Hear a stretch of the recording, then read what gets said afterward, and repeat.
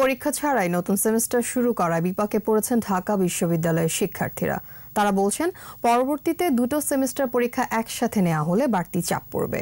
পরীক্ষা ছাড়া পড়াশোনার গতি মন্থর হয়ে আসবে বলেও মত তাদের। তবে করোনায় সেশন জট কমাতে এই সিদ্ধান্ত বলছে কর্তৃপক্ষ। রিপোর্ট শাকির আরজুর।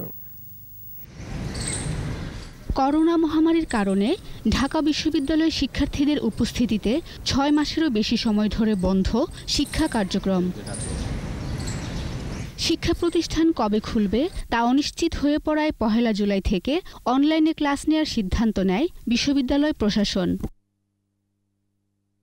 বিশ্ববিদ্যালয় কর্তৃপক্ষ বলছে, বড় ধরনের সেশন জট এড়াতেই চলমান সেমিস্টারের পরীক্ষা না নিয়ে পরবর্তী সেমিস্টারের ক্লাস অনলাইনে শুরুর সিদ্ধান্ত নেওয়া হয়েছে।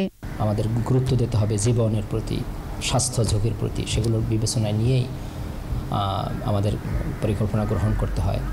আবার একই সঙ্গে শিক্ষার গুণগত মান, সে বিষয়টিও বিবেচনায় নিতে হয়। তো বাস্তবতা, বিজ্ঞান সম্মত দৃষ্টিভঙ্গি, এই সব কিছু বিবেচনায় নিয়েই আমাদের ক্রমান্বয়ে পরিকল্পনা গ্রহণ করতে হচ্ছে। নতুন সেমিস্টারে ওঠার আনন্দ নেই শিক্ষার্থীদের চোখে মুখে, বরং হতাশ তারা। ভার্চুয়াল ক্লাসের বদলে যদি ফিজিক্যাল ক্লাসগুলো নেওয়া যায় এটাই ভালো হয়, কারণ ক্লাস শেষ হয়ে যাচ্ছে, সেমিস্টার শেষ হয়ে যাচ্ছে, কিন্তু পরীক্ষা নেওয়াটা সম্ভব হচ্ছে না। পরে হলেও আমাদের ঝামেলাটা হচ্ছে কি, তৃতীয় সেমিস্টার শেষ করলাম এক সময়, পরীক্ষা দিব আরেক সময়, তো পড়ার একটা গ্যাপ তো থাকেই। সিজিপিএটা বিশাল একটা ফ্যাক্ট। আর একজন শিক্ষার্থী কোনো কিছু না জেনে না পড়ে সে পরীক্ষার হলে বসতে পারবে না, কারণ অলরেডি তার মাথায় নতুন একটা সেমিস্টারের প্রেশার থাকবে। গত মার্চ থেকে দেশে করোনা প্রাদুর্ভাব শুরু হলে কয়েক দফায় ছুটি বাড়িয়ে অনির্দিষ্ট সময়ের জন্য ঢাকা বিশ্ববিদ্যালয়ের সব ক্লাস পরীক্ষা বন্ধ ঘোষণা করা হয়।